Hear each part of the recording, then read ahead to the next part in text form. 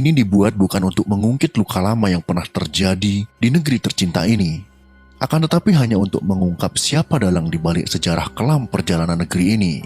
Karena kita kadang mendengar ada tuduhan terhadap suku tertentu yang dihembuskan, yang akhirnya bisa merugikan diri kita sendiri jika kita mempercayainya tanpa mengetahui sejarah sebenarnya. Ingat kata Bung Karno, jas merah, jangan pernah melupakan sejarah. Karena sejarah bisa menjadi pelajaran bagi kita saat ini untuk terhindar dari lubang yang sama.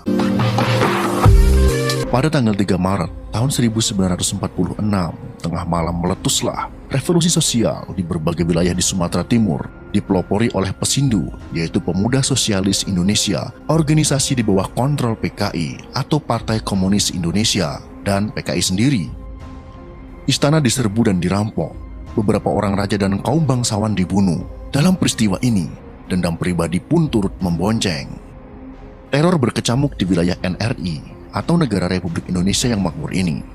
Dalam kesempatan ini, rencana PKI paralel dengan rencana Nika, yaitu menimbulkan anarki di wilayah NRI, hanya Istana Serdang yang tidak diserbu. Pada malam itu, Panglima TKR, Tentara Keamanan Rakyat milik Republik Indonesia, yaitu Kolonel Ahmad Tahir yang sedang rapat staf, menerima telepon dari TKR Pematang bahwa teror telah meletus dan raja-raja telah dibunuh PKI. Kolonel Tahir segera memerintahkan Kapten Tengku Nurdin, yaitu Komandan Batalion TKR di Melati, agar mengambil alih pengawalan Keraton Kota Galuh di Perbaungan. Zainuddin Rahmat, 1997, halaman 148.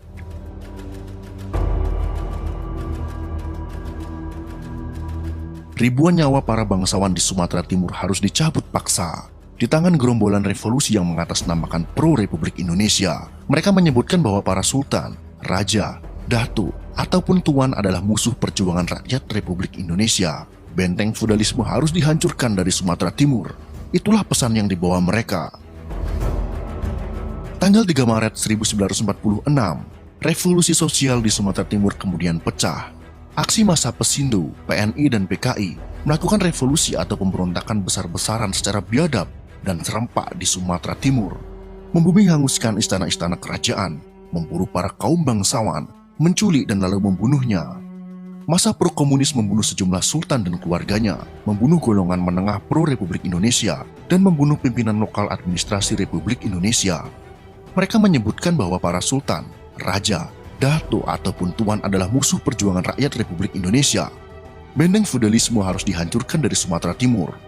Pada tanggal 6 Maret 1946, Wakil Gubernur Dr. Amir secara resmi mengangkat Muhammad Yusuf Nasution yang merupakan Ketua PKI wilayah Sumatera Timur sebagai residen di sana.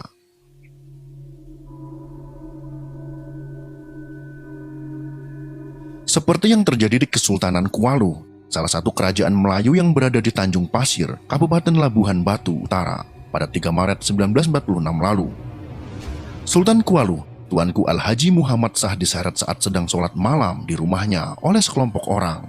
Kemudian dibawa ke kawasan kuburan Cina, sebuah kompleks pemakaman etnis Tionghoa. Sekelompok orang bersenjata tajam juga membawa Tengku Mansur Syah gelar Tengku Besar, putra Sultan Kuala, ke lokasi yang sama. Kemudian juga Tengku Dirman Syah, adik kandung Tengku Mansur Syah. Ketiganya kemudian disiksa lalu ditinggalkan begitu saja dalam keadaan sekarat. Beruntung pada pagi hari seorang nelayan yang sedang melintas menemukan ketiganya, kemudian membawa para korban ke istana untuk mendapatkan perawatan. Sekitar pukul 11 siang, datang sekelompok orang berbeda menyebut ketiganya dengan alasan akan membawa ke rumah sakit. Sejarawan Melayu Tengku Haris Abdullah Sinar dalam sebuah literatur mengatakan, para petinggi Kesultanan Kuala tersebut dibunuh saat azan sedang berkumandang. Saat hendak dibunuh, Tuanku sempat berkata, bila kalian hendak membunuh kami, tunggulah azan selesai dikumandangkan dan izinkan kami sembahyang sekejap, pinta tuanku saat itu. Ternyata permintaan tersebut tidak dikabulkan.